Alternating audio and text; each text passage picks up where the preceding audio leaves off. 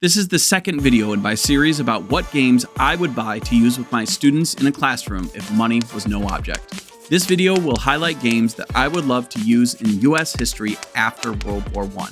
As I move into the 20th century, there is a significant shift toward a global world in which the United States is a major player starting with World War I. Consequently, most of the games would fit in a course about world history or local history for other countries as well. For World War II in general, I would use Axis and Allies 1942, or potentially use Global, combining the Pacific and Europe maps. Axis and Allies 1942 allows for the battle to play out after the fall of Paris and the Battle of Berlin, and as the Germans are marching on Stalingrad and the US is preparing for war after the attack on Pearl Harbor. This game can easily play out differently than history, and I would allow my students to play out this game and then emphasize after we play the game what happened. And then emphasize after we play that this game shows that the Axis powers were in a race to win before their enemies overtook them in military capacity and territory.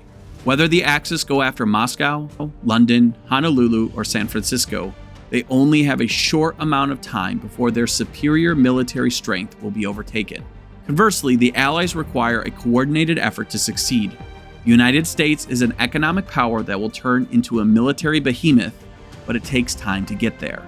The UK needs to balance fighting in Europe with supporting India, and the Soviet Union is just trying to survive the onslaught of the Germans. This game moves much faster than its counterpart from 1914, reflecting the updates to fighters, tanks, and bombing capabilities that developed between the two world wars and during World War II, as well as the Blitzkrieg strategy. These aspects would be important to discuss after the game is over, in addition to comparing the strategies used by students with the strategies that actually played out in World War II.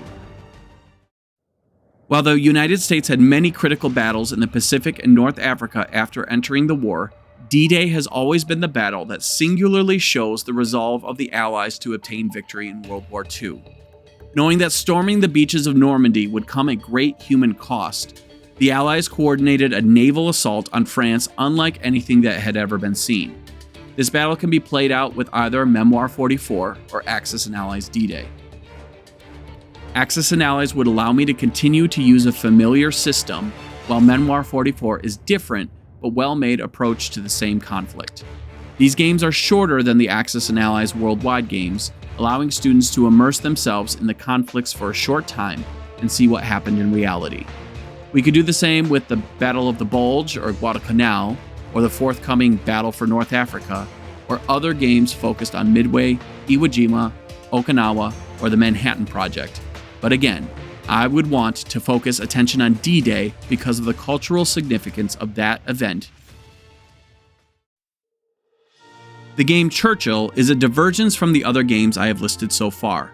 It occurs during the events of World War II, but unlike Axis and Allies, where the Allied powers must work together and coordinate to defeat the Axis powers, Churchill highlights the tension between the Allied powers that laid the foundation for the Cold War. The game is a 3-player game that has each person take on the role of one of the Allied leaders: Churchill, Stalin, and Roosevelt. In this game, the players go through the 10 conferences where the leaders met during World War II to try to influence the direction of that war. The focus is not on the battlefield, but instead, each player gets points when their individual goals are met in how the war progresses. For example, the Soviets want a strong push on the Eastern Front.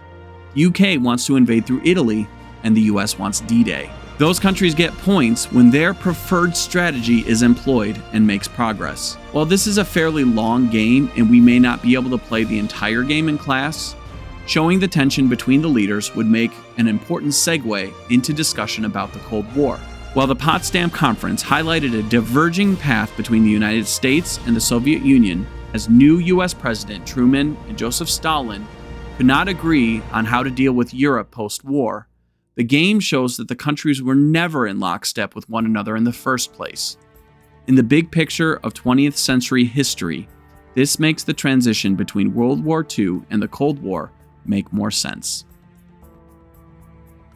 If the Cold War in many ways was like a worldwide chess game between the United States and the Soviet Union, with each side planning moves and counter moves based on the events of the times and the perceived actions of the other, No game better exemplifies this worldwide conflict than Twilight Struggle. In this game, players attempt to influence countries and regions throughout the world to sympathize with their nation. While proxy wars can be fought within nations, this is not a territory-grabbing game like Axis and Allies. Instead, political influence and diplomacy is the name of the game here, as is a rise in tension between the US and Soviet Union that could potentially lead to a war that will result in nuclear destruction. Consequently, the stakes are high to influence various nations without causing an actual war between the two superpowers. As a bonus, as your opponent takes actions, you don't know their motivations for doing so, and you might try to counter their actions to hinder them, but it may end up being a waste of time. All of these elements create an atmosphere that reflects the tensions and events of the Cold War. Most of the people and events that I teach in my US history course are embedded within the game as cards or mechanics that can be played throughout the game. The publisher of the game, GMT, is the same publisher as Churchill, giving a level of familiarity between the two games and allowing them to build upon one another, even though the games play completely differently from one another. As a change of pace, the game Welcome to players work as suburban planners in the 1950s and try to develop their community using action cards that are pulled from a deck. When the cards are flipped in front of them, players need to decide where they're going to build a house and what number to give that house as their address. At first, this seems like a simple task to rack up points, but as the game goes on, it becomes more challenging to maximize points as there are fewer options available on which players can build.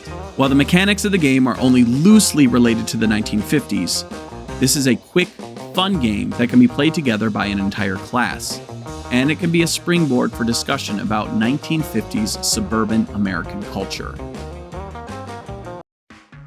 Another game from GMT's collection, Fire on the Lake, shows the complex dynamics present in Vietnam during the Cold War due to the presence of the Viet Cong in that country. The four factions in the game are the United States, alongside the Republic of Vietnam, South Vietnam, against the Viet Cong and the North Vietnamese Army. The twist is while this is a territory control game, and it is 2 versus 2, there is only one winner in the end. So each player has to hold their ally at arm's length from one another, which complicates working together to achieve victory. Like the previous GMT games mentioned, the game integrates many of the events that I would discuss with my students through cards and mechanics, but I really like that it shows that there are really 4 major groups at work in Vietnam, and elements like the anonymity of the Viet Cong, as well as the Ho Chi Minh Trail, made fighting the insurgents very challenging for the United States in the 1960s and the 1970s. And that is one of the reasons why the US had to pour more and more resources into the conflict without seeing decisive benefits. This game complements discussion about the conflict and all of the social and cultural changes that occurred in the 60s and 70s as the US fought in Vietnam. So those are the games I would use to teach about the 20th century in US history, which would also work in world history. There are many other games about world events that would work as well, and games about the most modern events, for example, Labyrinth, The War on Terror, would need to be considered for the sensitivity of the subject matter, especially with its recency, to determine whether it's appropriate in a particular classroom setting. I hope this look at history has been helpful to you. I'd love to hear other games that I should consider for teaching US history in the future. Drop a comment with your favorite historical board games. And if you're interested in more videos about board games in the classroom or board games in general, hit the like and subscribe button, and I'll see you soon.